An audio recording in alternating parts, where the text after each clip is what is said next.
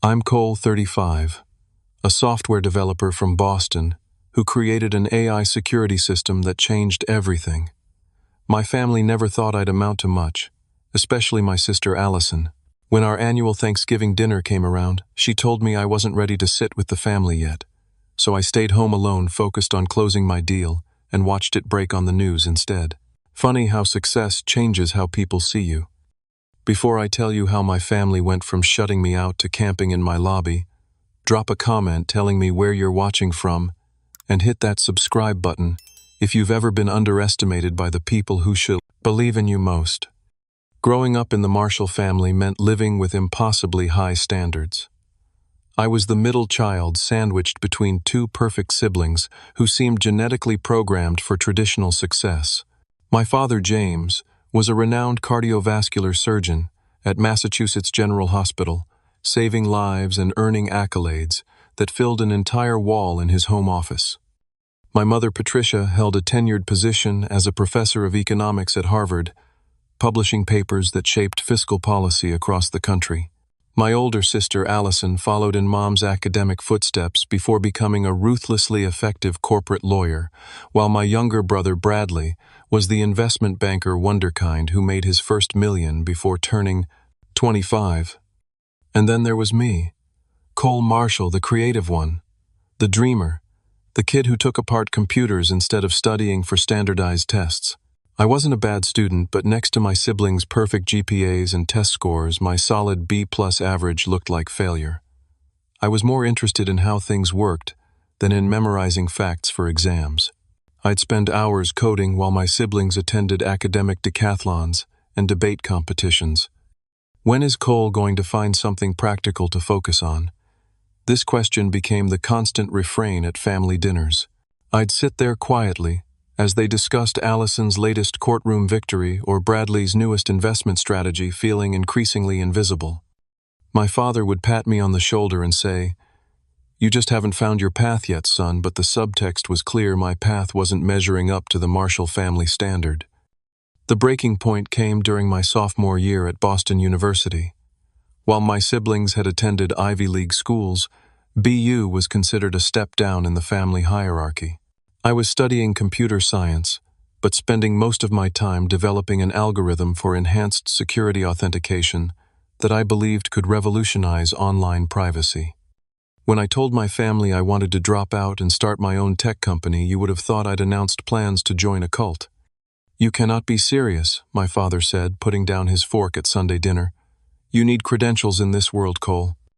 My mother was more diplomatic but equally dismissive. "Darling, finish your degree first. Then you can play with your computer ideas." But it was Allison who cut the deepest. "This is just another example of your immaturity," she said, not even looking up from her plate. "This isn't a real career plan, Cole. It's a fantasy."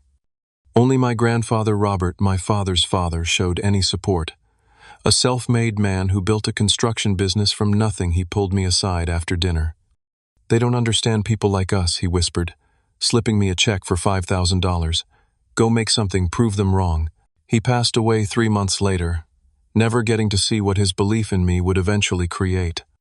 I dropped out the following week, moved into a tiny apartment with 2 roommates, and used my grandfather's money to buy equipment. My parents reduced communication to terse monthly phone calls. Bradley treated my decision as an embarrassing family secret, but Allison was the worst, sending articles about tech startup failures and job postings for entry-level IT positions.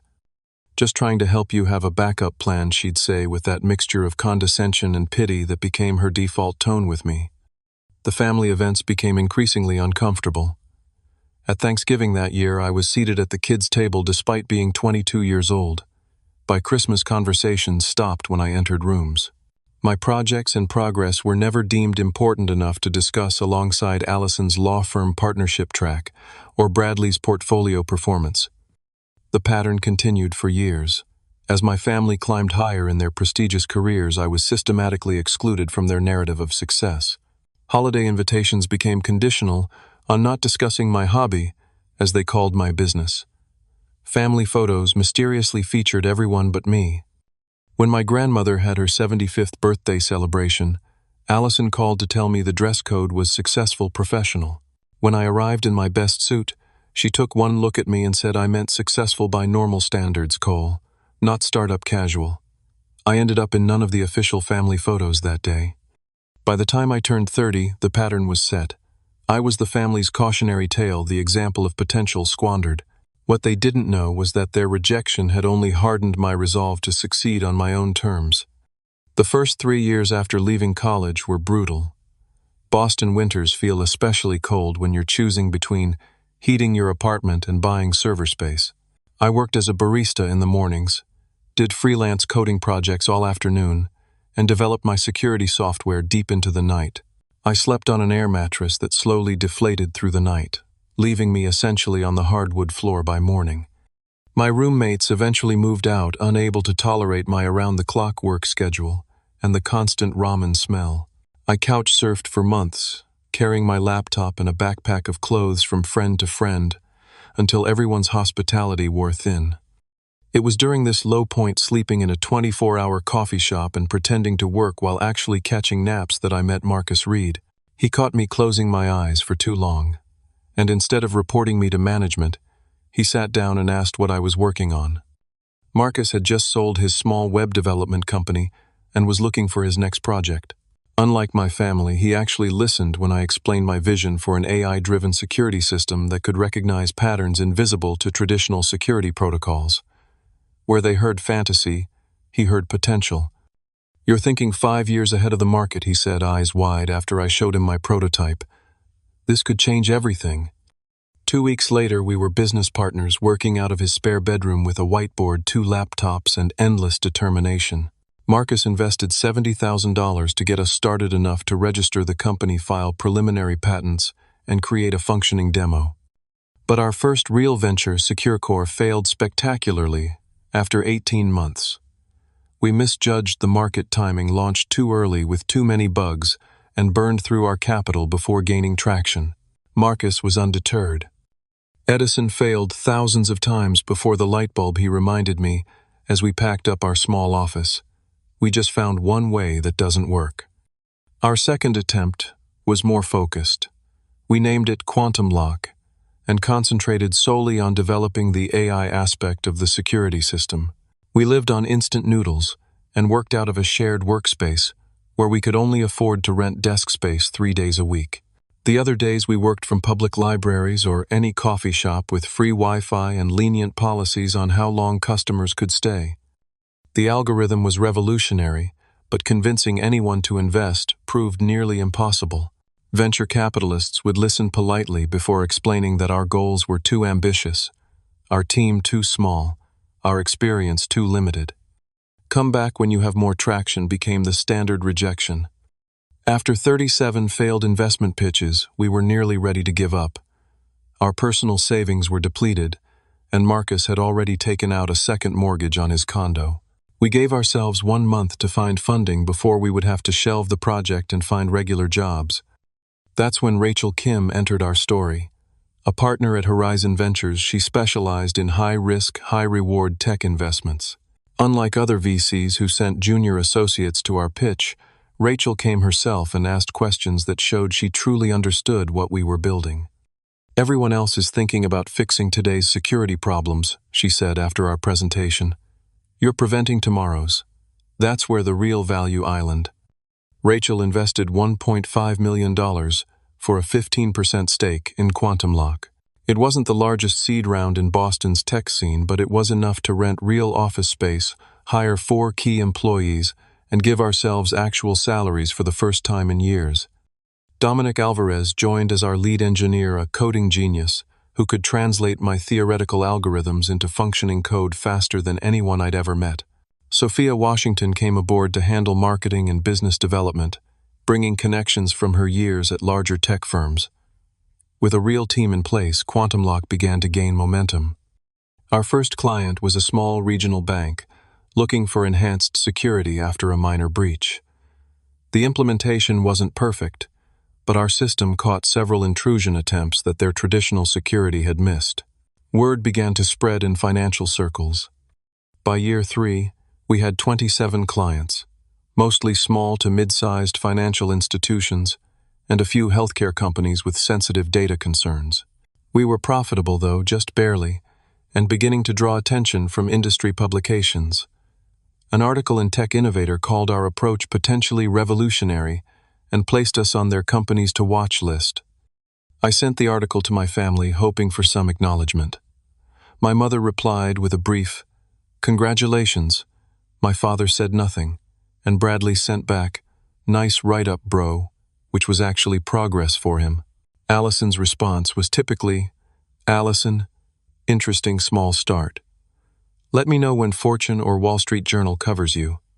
Despite the continued family skepticism, we were gaining legitimate industry recognition. Security Tech Summit invited me to speak on an innovation panel. Our system prevented a major data breach at a client's company, saving them potentially millions in damages, and yielding our first genuine case study. Most significantly, we began preliminary conversations with Global Tech, one of the largest technology corporations in the world. Their head of security had seen our presentation at a conference and reached out about potential applications for their cloud services division. It was early discussions, but even getting in their door was a massive validation of our approach. As Thanksgiving approached in our 4th year of operation, Quantum Lock stood at a precipice between remaining a promising startup and becoming a genuine industry player. The Global Tech deal, if it came through, would transform everything. I was working 16-hour days finalizing our proposal, refining the technology, and preparing for what could be the most important business meeting of my life. For the first time in years, I felt I had something that might actually impress my family. Something that even they couldn't dismiss as a hobby or a phase. Something that might finally earn me a place at the adults' table. The Marshall family Thanksgiving was an institution, a carefully choreographed event that showcased our family's accomplishments as much as my mother's culinary skills. The dining room would be immaculately decorated, the conversation curated to highlight professional achievements, and the seating arranged to reflect the current family hierarchy. As November approached, I found myself actually wanting to attend for the first time in years. Quantum Lock was on the verge of something big, with the Global Tech negotiations progressing well. I had genuine accomplishments to share, metrics and milestones that even my statistics-obsessed family might appreciate. I called my mother on a Sunday afternoon 2 weeks before Thanksgiving. She sounded surprised to hear from me, as our communication had dwindled to obligatory birthday calls and the occasional text message. "Cole, what a nice surprise," she said, her voice carrying that slight hesitation that suggested she was waiting for bad news or a request for money. "Hi, Mom, I was calling about Thanksgiving. I'd like to come this year." There was a pause, the sound of papers shuffling. "Oh, well, we're doing the usual time, 3 o'clock. Your Aunt Catherine and Uncle Thomas will be there with the cousins." "Great," I said, encouraged by the lack of immediate rejection. "I've got some exciting news about the company. We're in final negotiations with Global Tech for a major implementation of our security system." "That sounds promising," she said, her tone warming slightly. "Your father will be interested to hear about that. He just started using one of those password manager things for his patient files." It wasn't exactly enthusiastic support, but it was more positive engagement than I'd received in years. We chatted for a few more minutes, and she even asked some basic questions about how the business worked. By the end of the call, I felt cautiously optimistic about Thanksgiving. That optimism lasted exactly 3 days until Allison called. "Cole, it's your sister," she announced, as though I might have forgotten her voice after 30-plus years of her telling me what to do. "Hey, Allison, what's up?" I was in the middle of coding, but I put my work aside. Allison rarely called without a specific purpose. "Mom mentioned you're planning to come to Thanksgiving." "That's right. The company's doing really well, and I thought it would be nice to reconnect with everyone." I tried to keep my tone light, collaborative. "About that," she said, her lawyer voice in full effect. "I don't think it's a good idea this year." "What? Why not?" "Well, Franklin will be there." Franklin was her husband, a tax attorney with the personality of dry toast. And he's bringing his boss and his boss's wife. Bradley's also bringing his new girlfriend, Hannah, whose father is the dean of finance at Wharton. It's going to be a very professional gathering. I felt the familiar tightening in my chest, the same sensation I'd experienced at countless family events where I was treated as an embarrassing anomaly. I'm a professional too, Allison. My company is about to close a major deal with Global Tech. You know, one of the largest tech corporations in the world. That's nice, Cole. And we're all hoping your little startup works out. But let's be realistic, you're not quite ready to sit with the family yet. Not with these particular guests. Not ready. I'm 35 years old, Allison. I've built a company from nothing that's now on the verge of a major industry breakthrough. A potential breakthrough, she corrected. Nothing signed yet, right? That's what Mom said. Look, once you have some real success, something concrete to show, you'll fit right back in with the family. But right now, all you have are promises and potential. That doesn't quite measure up to what everyone else brings to the table. The familiar anger and hurt bubbled up inside me. I wanted to shout to tell her about our client list, our growth metrics, the industry recognition. But years of this treatment had taught me it would never be enough, until I hit some nebulous threshold of success that kept moving every time I got close. Fine, I said finally. Tell Mom I won't make it after all. I'll be too busy working on my little startup. Don't be like that, Cole. We're just trying to maintain certain standards. I'm sure you understand. I hung up without responding, staring at my computer screen where the code for our Global Tech proposal glowed back at me. The rejection stung, but something else was emerging through the pain determination. If my sister thought I wasn't ready to sit with the family, perhaps she was right, but not for the reasons she believed. Perhaps I had outgrown the need for their validation altogether. I texted Marcus and Sophia, who had both invited me to their Thanksgiving gatherings when they heard I might be alone. I declined both offers. This Thanksgiving, while my family hosted their very professional gathering, I would be working on finalizing the biggest deal of my career. You're seriously going to work through Thanksgiving? Sophia asked when I told her my plan the next day. That's a little depressing, Cole.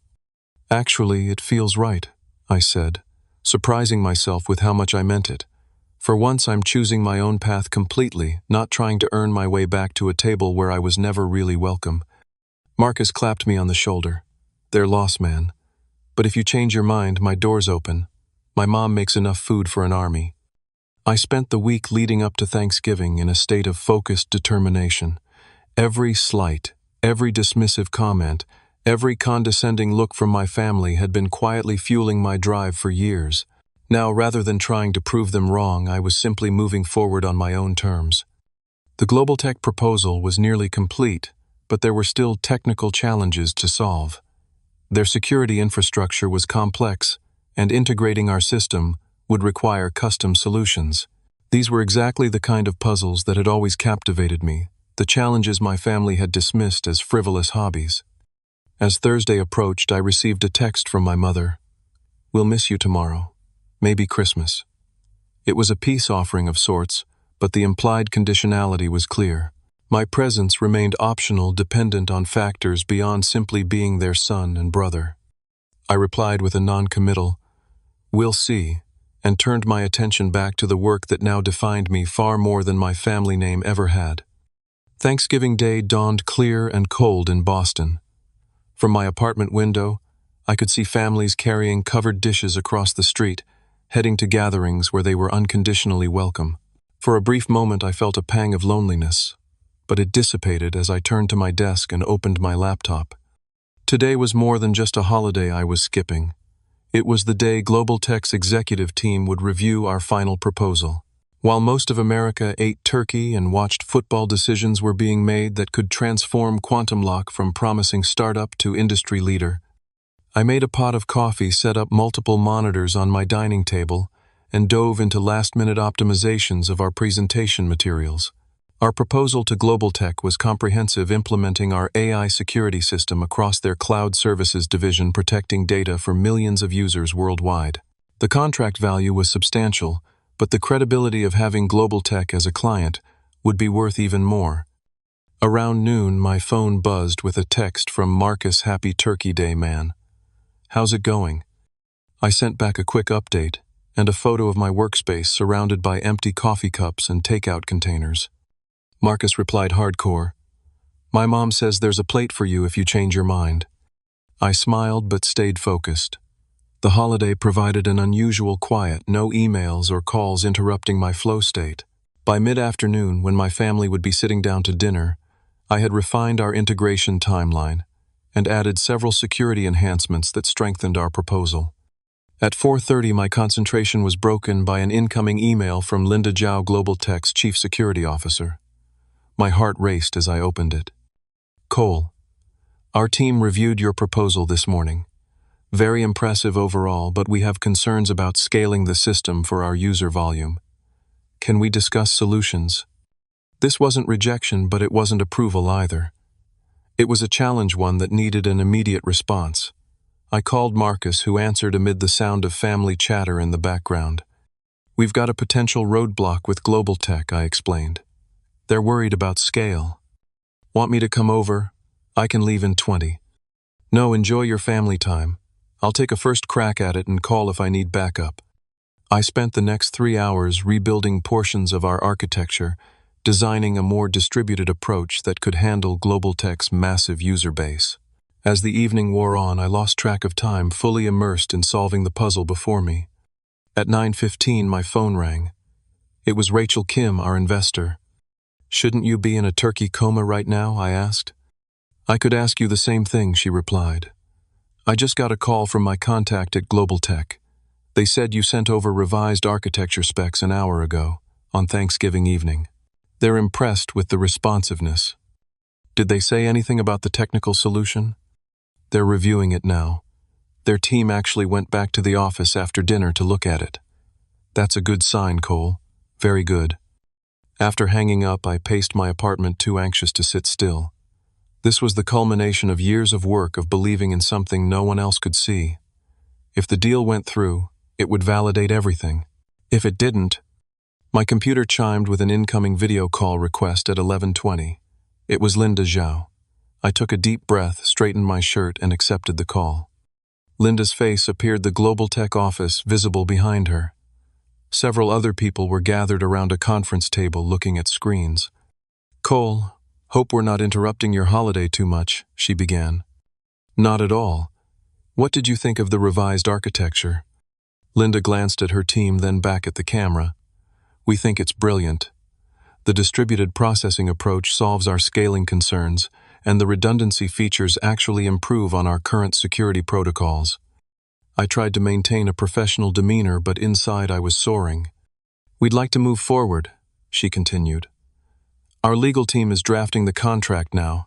This will be the largest security implementation we've ever undertaken with an external partner. The call continued for another 30 minutes as we discussed implementation details and timeline. By the time we disconnected, it was official. Quantum Lock had landed the largest security technology deal in the industry that year. I sat in stunned silence for several minutes after the call ended. Then I did something I hadn't done in years. I cried. Not from sadness, but from vindication relief and the sudden release of pressure that had been building since the day my family first dismissed my dreams. At midnight, as Thanksgiving officially ended, my doorbell rang. Marcus stood there holding a bottle of champagne, grinning widely. Rachel called me, he explained. Said we had something to celebrate. We popped the champagne, drinking straight from the bottle like the broke startup founders we'd once been. Marcus raised a toast to the guy who skipped Thanksgiving dinner and landed the biggest deal of the year instead. Later, as Marcus was leaving, he paused at the door. Are you going to call your family? Tell them about the deal. I considered it for a moment. Number.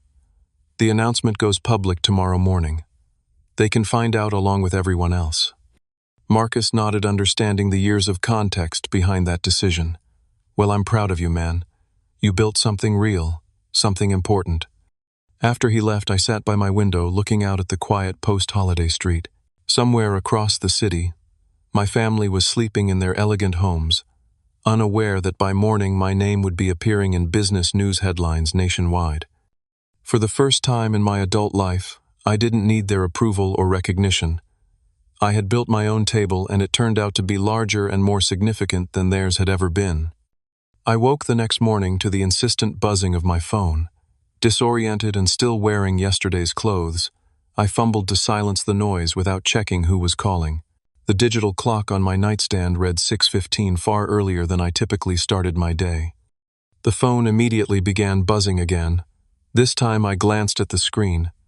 Marcus was calling, which was unusual this early. I answered groggily. "Dude, turn on the news right now," he said without preamble. "Channel 7. "What, why?" I asked, stumbling toward the living room. "Just do it. Trust me." I switched on the television and found the local morning news. To my shock, my own face was on the screen alongside the Quantum Lock logo. The caption below read, "Boston Tech Startup Lands Historic Deal with Global Tech."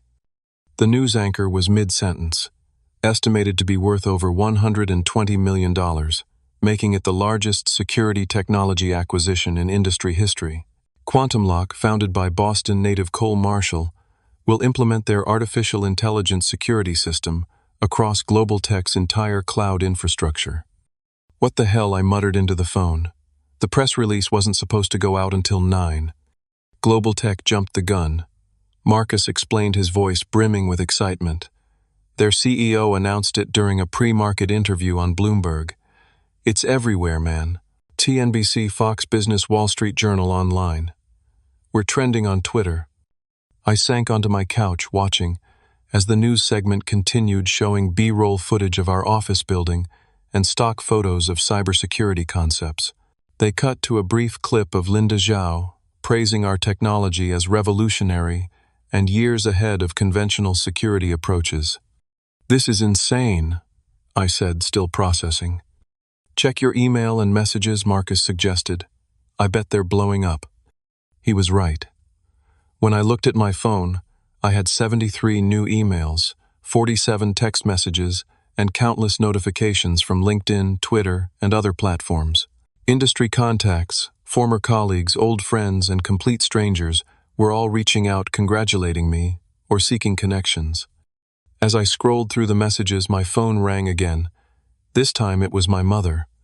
I hesitated before answering, unsure of what to say after yesterday's rejection. Finally, I accepted the call. "Cole." My mother's voice had a quality I'd rarely heard before: uncertainty. "Hi, Mom. We just saw you on the morning news.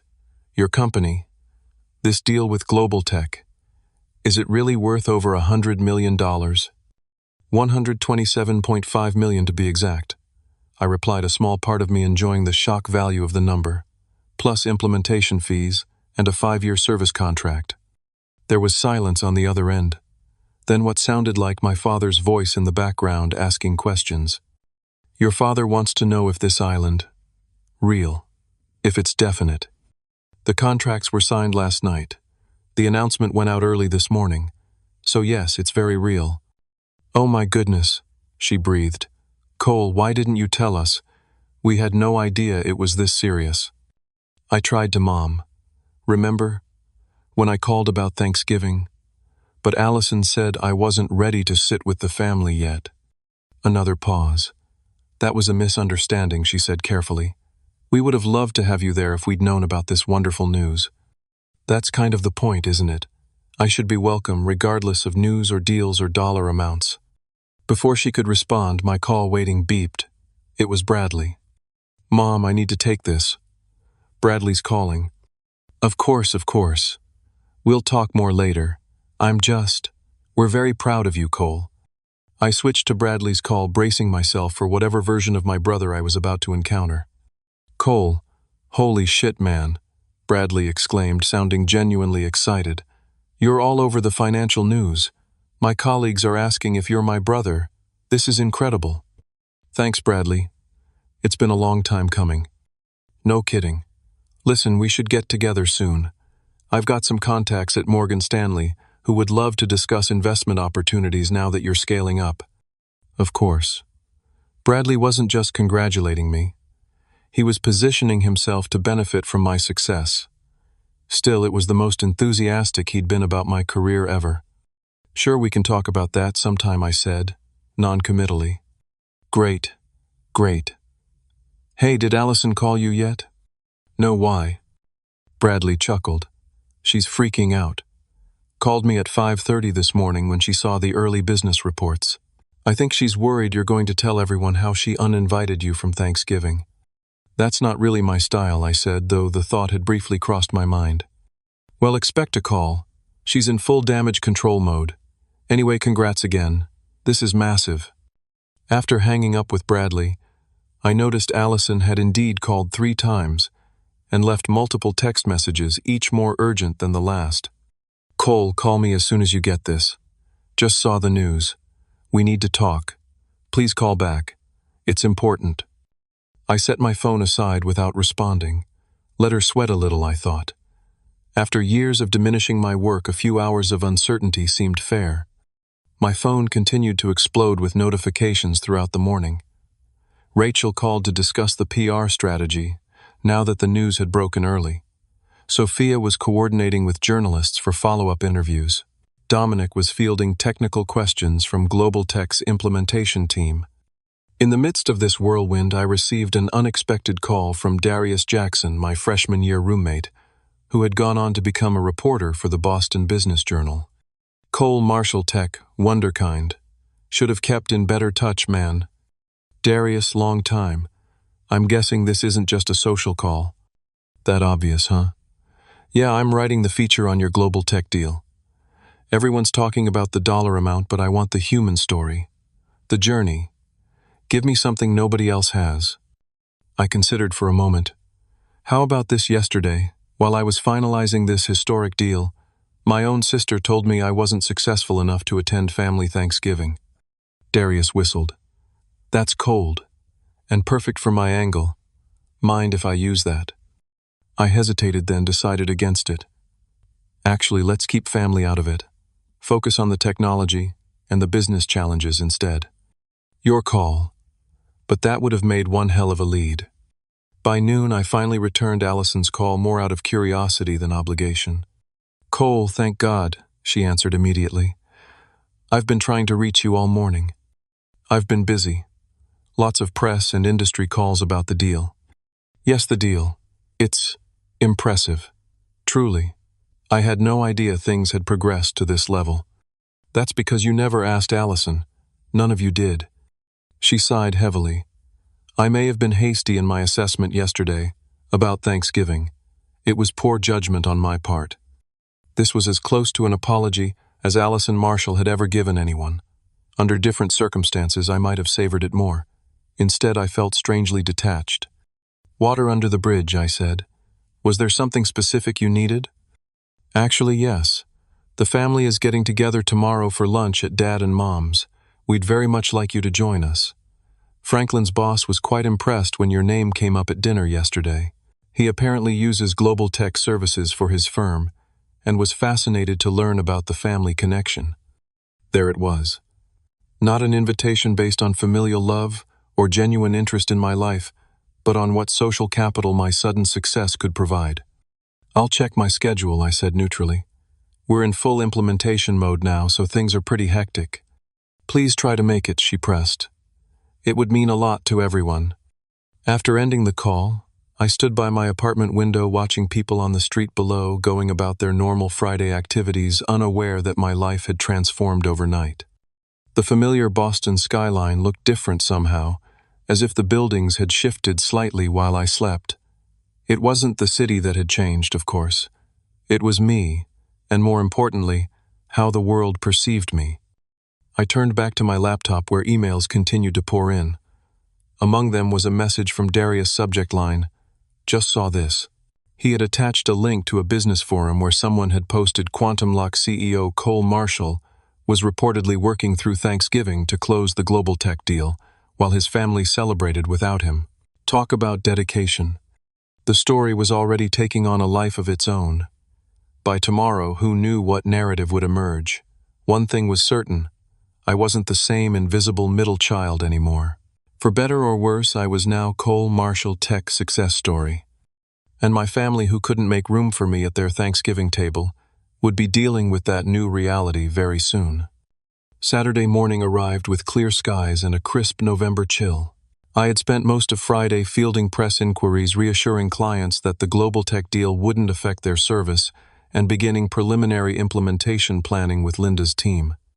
I had deliberately avoided giving Allison a definitive answer about the family lunch, partly because I genuinely was busy, but also because I needed time to decide how I wanted to handle this new dynamic with my family. In the end, I chose to focus on work. Quantum Lock's offices were typically closed on weekends, but today the core team was coming in to strategize our next steps. Success brought its own challenges. We needed to scale our operations, quickly hire additional staff, and ensure we could deliver on the promises we'd made to Global Tech. I arrived at our building around 8:30 earlier than the rest of the team. The security guard in the lobby nodded with new respect as I passed, clearly having seen the news. Our office occupied half of the 12th floor in a renovated factory building in Boston's Innovation District with exposed brick walls and large windows overlooking the harbor. As I approached the elevator, the guard called out, "Mr. Marshall, you have visitors waiting upstairs." "Visitors who?" "A family," they said. "4 people. They've been here since 8. I sent them up to your floor's waiting area." My stomach tightened. There was only one family this could be. When the elevator doors opened on the 12th floor, I immediately saw them through the glass doors of our reception area.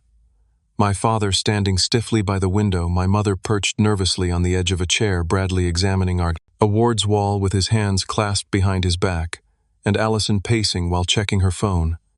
For a moment I considered hitting the elevator button and descending back to the lobby, but they had already spotted me. I pushed through the glass doors, and there was an awkward moment where no one seemed to know the appropriate greeting. My mother rose first, moving toward me with arms outstretched. "Cole, darling, your office is lovely." I accepted her hug, feeling the unfamiliar stiffness between us. "Thanks, Mom. I wasn't expecting visitors today." "We tried calling," my father said, stepping forward to shake my hand formally, but it went straight to voicemail. "I turned my phone off last night. Needed a break from the constant calls." Allison approached next, her expression a carefully constructed mask of sisterly pride. "We thought we'd surprise you. Celebrate your big news in person." Before I could respond, the elevator dinged again, and Marcus stepped out, coffee carrier in hand. He stopped short at the sight of my family. "Oh, sorry. Didn't realize you had company." He looked at me questioningly. "It's fine, Marcus. This is my family. They dropped by unexpectedly." I performed brief introductions, watching as my family registered that Marcus, with his casual attire and relaxed demeanor, was my business partner, the co-architect of our success. "Great to finally meet you all," Marcus said with a pointed emphasis on finally that didn't escape anyone's notice. "Cole's told me so much about you." An uncomfortable silence followed, broken when the security guard approached with a concerned expression. "Everything okay here, Mr. Marshall? These people said they were family, but they're not on the approved visitor list." It was a small thing, but seeing my family, who had always been the ones with authority and status, being questioned about their right to be in my space, shifted something fundamental in the dynamic. "It's fine, Dave. They're with me," I assured him. "Sorry about that," Dave said, turning to my family. "We've had to tighten security since yesterday. Lots of people trying to get in to see Mr. Marshall since the news broke." My father looked surprised at the deference in Dave's tone. My brother seemed impressed, despite himself. Allison's expression was unreadable. "Why don't we go into the conference room?" I suggested, leading them past the reception area into our main office space. Our headquarters wasn't lavish by corporate standards, but it was modern and thoughtfully designed. Whiteboard walls covered with complex diagrams, comfortable workstations, and the glass-walled server room housing. Our development environment all spoke to a successful operation. As we walked, I noticed my family taking everything in, recalibrating their mental image of my hobby. In the conference room with its view of Boston Harbor, we sat around the large table where just days ago we had finalized the Global Tech proposal. Now it was the stage for a very different kind of negotiation. "This is all quite impressive, Cole." My father began gesturing at the office. "You've built something substantial here." "Thank you," I replied simply. "Why didn't you tell us it had gotten this serious?" my mother asked, her tone somewhere between hurt and accusatory. "All these years we thought you were just, well." "Just what, Mom?" I asked quietly. "Just wasting my time, just avoiding real work. just failing to live up to the Marshall family standard. That's not fair, Allison interjected. We were concerned about your stability, your future. This industry is notoriously volatile. So is the stock market, I countered, looking at Bradley. So is the legal profession in a changing economy. Everything has risks. The difference is you never believed mine were worth taking. My father cleared his throat. Perhaps we were too traditional in our thinking, too focused on established paths. But we always wanted what was best for you. Did you?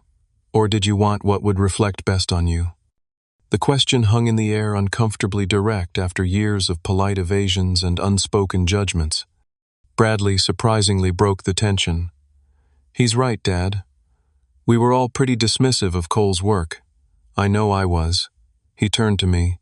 That was short-sighted of me, bro. What you've built here is impressive as hell. This unexpected support from Bradley shifted the energy in the room. My mother's eyes welled with tears. We're so proud of you now, Cole, she said, reaching for my hand across the table. So very proud. Now I repeated, withdrawing my hand gently but firmly. That's the operative word, isn't it? Now that there's external validation, now that the business world has deemed my work valuable, now that my success might actually benefit you socially. That's not fair, Allison said again, but with less conviction. Isn't it you literally told me 2 days ago that I wasn't ready to sit with the family, that I needed real success before I could be included? Well, here it is by your definition. And suddenly, everyone's proud and supportive. My father, ever the pragmatist, attempted to redirect the conversation. What's past is past, Cole. We're here now because we want to be part of your life going forward. Your success opens many doors, and we can help you navigate these new waters. I have contacts in venture capital who could— Stop, I interrupted, raising my hand. Just stop. This is exactly what I'm talking about. You're already positioning yourselves to capitalize on my success rather than simply being happy for me. The conference room door opened, and Sophia entered with a tablet in hand. She paused, sensing the tension. Sorry to interrupt. The Global Tech Implementation team is on the line for the scheduled call. I'll be right there, I said, grateful for the interruption. My family was just leaving. But we just got here, my mother protested. We thought we could take you to lunch, celebrate properly. I'm working today. We have a $127 million contract to implement. I stood, signaling the end of the conversation. I appreciate you coming by, but this isn't a good time. As the others reluctantly rose to leave, Allison remained seated. Could I speak with Cole privately for a moment? She asked, looking at our parents and Bradley. They nodded and filed out, my father already on his phone, probably calling one of those venture capital contacts he'd mentioned. When we were alone, Allison's carefully constructed facade cracked slightly. You're enjoying this, aren't you? Making us grovel after years of being the family disappointment. I'm not making anyone grovel, Allison. I'm just not pretending the past didn't happen. People make mistakes, Cole. We misjudged your potential. We're trying to make amends. Are you? Or are you trying to save face now that your unsuccessful brother is making headlines? She flinched at the directness of the question. For perhaps the first time in our adult relationship, I saw genuine regret in her eyes. Both probably, she admitted with unexpected honesty. Does that make me terrible? It makes you human. But it doesn't erase years of condescension and exclusion. What do you want from us, Cole? An official apology? Public self-flagellation? What would make this right for you? I considered the question seriously. I don't want anything from you, Allison. That's the point you're missing. For years I wanted your approval, your acceptance. I wanted a place at the family table. Now I realize I've built my own table, and it's actually bigger and more meaningful than the one you were keeping me from. She nodded slowly, absorbing this. So where does that leave us? As a family? That depends on whether you're interested in knowing me as a person, not just as a successful businessman who happens to share your DNA. If you want a relationship with me that isn't based on what I can do for you or how I reflect on you, I'm open to that. And if we can't offer that, then we'll keep things cordial and distant just as they've been. The only difference is, Now I'm at peace with it. Allison stood smoothing her immaculate pantsuit. You've changed, Cole. And not just because of the money. No, I agreed. The money just made you notice. She extended her hand formally as if concluding a business meeting. Congratulations on your success. Genuinely. I shook her hand, feeling the strange mix of familiarity and distance between us. Thank you. I hope you find what you're looking for, Allison, whatever that might be. As I watched my family leave through the lobby doors below, I felt no triumph or vindication, just a quiet certainty that whatever happened next would be on my terms, not theirs. Marcus approached, standing beside me at the window. Family, huh? Can't live with them. Can't throw them out of your lobby without causing a scene, I finished with a small smile. You okay? I nodded, turning away from the window. Yeah, better than okay. Let's get back to work. We've got an empire to build. 6 months after the global tech deal, Quantum Lock had transformed from promising startup to industry leader. Our staff had grown from 12 to 78. We'd moved to larger offices occupying 3 floors of a downtown high-rise with views of Boston Harbor. Our security system was being implemented across major corporations worldwide, and our company valuation had multiplied several times over. Success brought its own challenges. I was no longer just a coder with a vision. I was a CEO with responsibilities to employees, clients, and investors. The hours were longer, the decisions weightier, but the work remained deeply satisfying because we were building something that mattered. More difficult to navigate was the changed relationship with my family. In the months following our lobby confrontation, we'd established a new dynamic, one built on cautious distance rather than constant validation seeking on my part. My mother made the most genuine efforts to reconnect. She called regularly, asking thoughtful questions about my work and life without the dismissive undertones that had previously characterized our interactions. She'd even taken an online course about cybersecurity basics, saying she wanted to understand my world better. I was wrong about your path, Cole, she admitted during a rare dinner together, just the two of us. I was so focused on what success looked like in my generation that I couldn't see you were creating something new and important. My father maintained a more formal relationship, sending occasional emails with relevant articles about the tech industry or security breaches that might interest me. It was his way of saying he was paying attention now, even if he couldn't quite bring himself to admit how thoroughly he'd dismissed my potential. Bradley surprisingly became something of an ally. Once the initial awkwardness passed, his straightforward business mind appreciated what we'd built at Quantum Lock. He didn't pretend to understand the technology, but he respected the results. We occasionally met for drinks, keeping conversations light and finding common ground in the challenges of leadership. Allison remained the most distant. Our interaction at the office that day had exposed truths neither of us was entirely comfortable acknowledging. We saw each other at occasional family events, but maintained a polite detachment that was probably healthier than the condescension and resentment that had characterized our relationship before. The most meaningful relationships in my life were now with the people who had believed in me when belief wasn't easy. Marcus, who had invested not just money but faith in my vision. Sophia, whose marketing brilliance had helped translate our technical achievements into business success. Dominic, who had coded alongside me during countless late nights. And Rachel, who had seen potential where others saw only risk. These were the people who sat at my table now, both literally and figuratively. We celebrated milestones together, supported each other through challenges, and built something larger than any of us could have created alone.